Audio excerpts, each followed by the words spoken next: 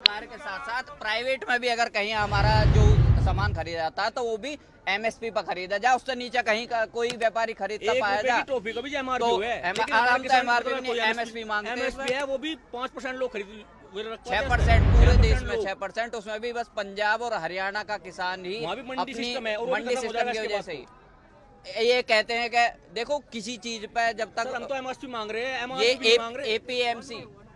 APMC को इन्होंने 2006 में बिहार से खत्म कर दिया था। आज बिहार के किसान की हालत क्या है ये आप भी अच्छी तरीके से जानते हो और हम भी अच्छी तरीके से जानते हैं। बिहार का जो 100 बीघे का किसान है ना, वो हमारे यहाँ गन्ना छीलने और क्या नाम है बटाई पे काम करने आता है, जो इतना बड़ा किसान है। ये हालत है उनके। हमारे यहाँ जो 1700 रुपए का धान बिकता है, 900-800 रुपए में धान की वहाँ पे कीमत लगाई जाती है।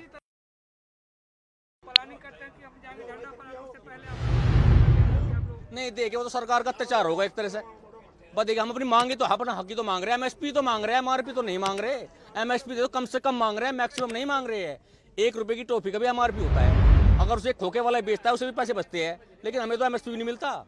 एमएसपी सरकार घोषित जरूर करते हैं, लेकिन उस पर खरीदारी नहीं होती। इसलिए हम चाहते हैं खरीद की गारंटी कानून हो जाए कि जिससे कोई लाला भी खरीदे ना, कोई भी खरीद जाए, प्राइवेट खरीदे सरकार के, लेकिन उससे कम ना खरीदे, ज्यादा चाहे कुछ भी खरीदे।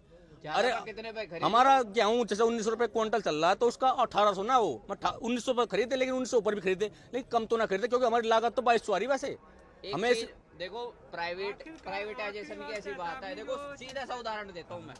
हम है जी पश्चिम उत्तर प्रदेश के गन्ना किसान, ज्यादातर जो अभी यहाँ मौजूद है। आप लोगों को बोला गया कि गन्ने का अरे मेरी बात तो सुन ले भाई, मैं प्राइवेट के बता रहा तुझे। 0-0 तो भाव आ रहा है, और ज्यादातर जो गन्ना मिल पे हमारा जो पैसा बकाया होता है वो है हमारे प्राइवेट जितने मिल है।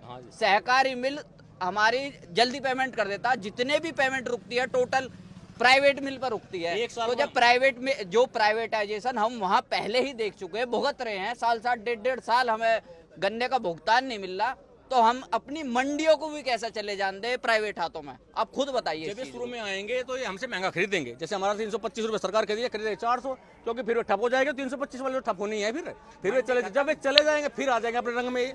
जैसे और तो अरे आप जी बिल्कुल जियो वाली पॉलिसी यहाँ लागू कर दी गई है, और रिटेल में भी बिल्कुल वही है फॉर्मूला, बिल्कुल सेट।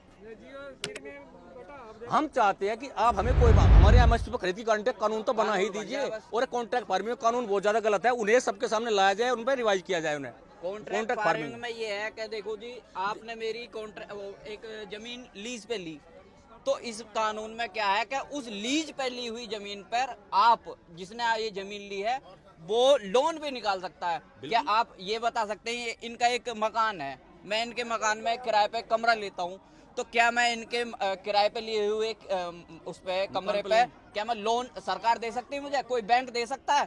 तो हमारी जो जमीन है उस पे ऐसा क्यों रूल बनाया गया है? एक कल को अगर आप वो लोन नहीं चुकाएंगे तो कुर्क तो हमारी जमीन होगी कि नहीं होगी? नहीं, वो तो हमें वो एक बात हो रहा है, उसमें जो खाद पानी है वो कंपनी डलवाएगी।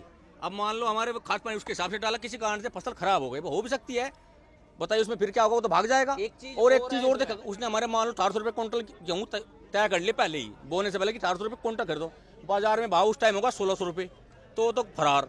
लेकिन अगर वो 2000 रुपए होगा तो ले लेगा, लेकिन 400 रुपए ले फिर वो ले लेगा, लेकिन अगर कम हो तो भाग जाएगा। हम कहाँ फिरेंगे? एसडीएम बतावे, एसडीएम द्वारा जाना, अगर बताओ हम जाएंगे, किसान जाएगा एसडीएम के पास, उसका खर्च कौन देगा? मतभेद होता है और हम चाहते हैं कि वो हमारी जमीन को छोड़ दे, तो इसमें ये प्रावधान है कि अगले 6 महीने जब हम करार तोड़ते हैं तो वो अगले 6 महीने भी वो जमीन उसी के पास रहेगी, और वो 6 महीने बाद हमें कब्जा मिलेगा। तो 6 महीने तो सीधे सीधे हमारे उसमें जा रहे हैं जी। बताइए ऐसा कहीं होता है क्या कहीं?